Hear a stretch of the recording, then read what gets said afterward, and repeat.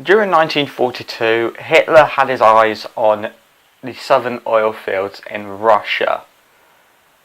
Now, he needed to stop these oil productions to kill the USSR.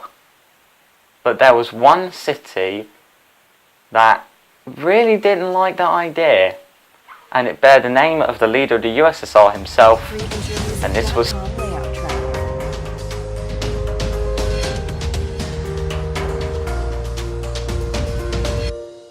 Stalingrad. Now, Hitler originally had the idea to block off the river Volga and then go for the oil fields. But by the time Stalingrad came along, he ordered both targets to be attacked at the same time. Now, Stalin had administered Order 277, not one step back. And 750,000 civilians in Stalingrad were told to prepare for a war on their doorstep. The women and children were sent to build defences, tank traps, trenches, anything they could to slow the German advance, while the men got ready to fight. And on the 23rd of August, the Luftwaffe airstrikes began. 10,000 tons of bombs, more than what was dropped during the entire Blitz on London in just under 48 hours, were dropped on Stalingrad. The civilians first requested an evac, but were denied. Nearly 20,000 were dead in 2 days. The city had been bombed to ruins. All that remained were skeletons of buildings. And Hitler sent 100,000 troops, called the 6th Army, to take the city. Now, Stalingrad itself had four different sections. You had the north, which was the factory and industrial area. You had the central, which was the civic area. You had the south, which was residential. And then on the eastern side of the Volga, you had the Russian base of command.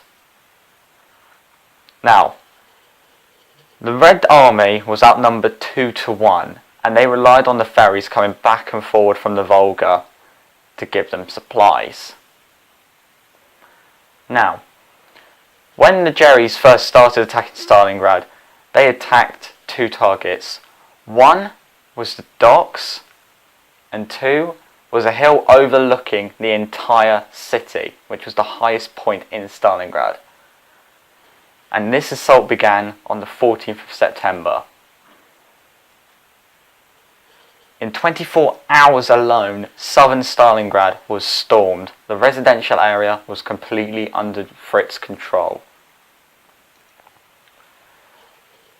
Now, the commander-in-chief for the Reds sent in the elite Soviet troops. There was about 30,000 of them went over, but 1 in 10 didn't possess a rifle. Now, this wasn't an uncommon thing, because when troops were unloaded at the shore to go fight the Germans, they would come past the ammunition truck, and there was a man. He was shouting, "The first man takes the rifle, the second man follows him. Should the first man die, the second man picks up his rifle and shoots." There were too many people in the Red Army and not enough weapons to go around. Now, because of Stalin's Order 277, this meant that not one Soviet soldier could turn back. If they assaulted German lines, they had to commit. If they turned around, they would either be shot by the Germans or by their officers in an act of cowardice. This can be seen in Enemy at the Gates. So, 80% of the Russian elites had been killed within a week, and the Stalingrad turned into a guerrilla battle. Battles were now being fought on street-to-street combat. Many were reduced to buildings where Reds and Germans would be on separate floors. You could have the Reds on the second floor, Germans on the third floor, and then even more Reds on the fourth floor. So, this made the Soviets a bit more easy in battle, because this was one of their cities, it bared the name of Stalin, they had to defend it. But German tanks were exceptionally vulnerable, because tanks like the Tiger I are used to long-range combat, say 2 or 3 kilometers. In street combat, it's useless. And one of the Russian officers said to every one of his men before they went into battle, every German must feel they are living under the muzzle of a Russian gun. By the 26th of September, the central and the south side of Stalingrad was under German control. Only the industrial section remained, and this is when the Soviets started to employ snipers. Now you may think snipers are used for long-range combat. No, in Stalingrad they were the most deadly thing. They were deadlier than malaria. They could take out 5 targets without being seen, without relocating. And an even better way for the Russians to advance was through pipes, sewers and tunnels. This way they could sneak behind enemy lines, take out officers and then retreat. So, once the guerrilla war began, Hitler demanded that they launch an assault on the factory section. Now, one of the main factories, which was a tractor factory, was changed into a tank factory. Now, the lack of raw materials mean they couldn't make new tanks, but they could certainly repair damaged tanks. Now, the need for equipment in Stalingrad was so dire that when tanks were being produced and rushed in, many of them lacked paint, many of them lacked proper welding, and many of them lacked gun sights. So, Russian engineering. And on October 14th, the industrial attack began. It was vital that the Soviets held on to the industrial part of the city. If this fell, Stalingrad was lost. This opened a new level of ferocity in the battle. Bombs were being dropped. It would shatter the massive windows of the factory, spewing glass all over the place. Those who were committed, committed. Those who didn't were probably shot. And by the time that the industrial attack was in full swing, there were 3 enclaves left on the western side. You had 2 small ones in the industrial section and 1 in the central/southern area. 90% of Stalingrad was lost, but they never ever surrendered. Now, Hitler back in Germany was doing speeches saying, "We have taken Stalingrad, we are going to win the war." He preempted that he had won. But Stalin and the High Command had different matters. Over the past 2 weeks, they had formed a counterattack to trap the German Sixth Army. And this was initiated on the 19th of November. An artillery barrage 75 miles west of Stalingrad began. And then wave after wave of Russian tanks and infantry ran towards the German Sixth Army. But it wasn't just in the north, there was also a southern counterattack doing the exact same.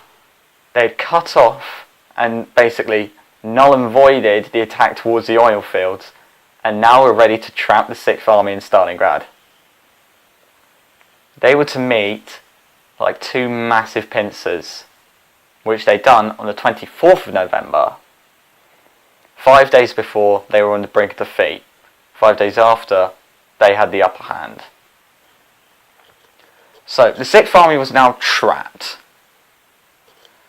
Hitler sent 2 divisions to try and free them, but they got intercepted. And what can you do? So this area now became the Kessel, which is German for cauldron. 300,000 troops were trapped in this part alone. And Hitler thought, we need to supply these troops, they will not surrender, we need to airlift them. Now, just as a sense of scale, the Berlin airlift needed 4,000 tons to supply a city. 300,000 troops needed 300 tons of supplies. They miscalculated. Because of Soviet fighters and the conditions of winter, only 120 tons actually made it to the Kessel. Less than half of what Hitler wanted. But then the propaganda started blaring out on the speakers from both sides. And a rumour began in the German lines of salvation. Now, salvation wasn't easy. Many attacks tried to break the Kessel, many failed. And every plane was to the Germans the last. They were rushing onto planes, they were crushing each other to get onto planes, they were even holding onto wings, but as they got to speed they would fall off, having even more serious injuries. So, many of them thought their fate had been sealed. They would die there, no one would care. But the Soviets said to them, if you surrender, you will be safe, we will give you everything you need. If you don't, we will annihilate you. Now, Hitler obviously didn't want them to surrender, so they didn't surrender. And on the 10th of January 1943, the Soviets began the cleanse of the Kessel. The 6th Army had been reduced to nothing. The elites of the German army had gone. Now, Hitler wanted these people to not surrender because they would be presented as martyrs. But by the time of 31st of January, at 7:45 in the morning, the general of the 6th Army, Paulus, surrendered. 2 days later, the USSR had won. The Battle of Stalingrad was the turning point for the European theatre. Nearly 150,000 Nazis lay dead, 90,000 were POWs, of which only 5,000 would return home. So that is it for the Battle of Stalingrad, the most bloodiest, brutal and game-changing battle of the entire European theatre and European history. Let me know what you think in the comments below. And next week I will be doing one of the largest battles in history again, but also one that the Germans could have won, but Hitler said otherwise.